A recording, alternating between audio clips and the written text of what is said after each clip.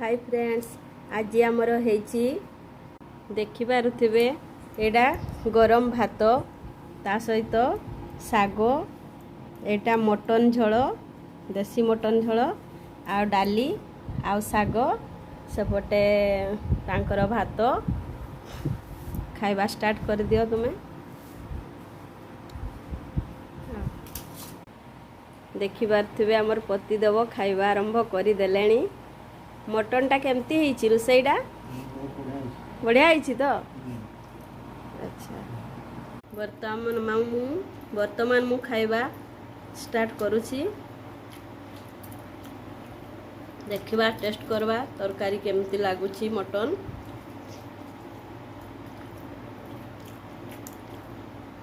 बढ़िया लागुची, बहुत टेस्टी हेची।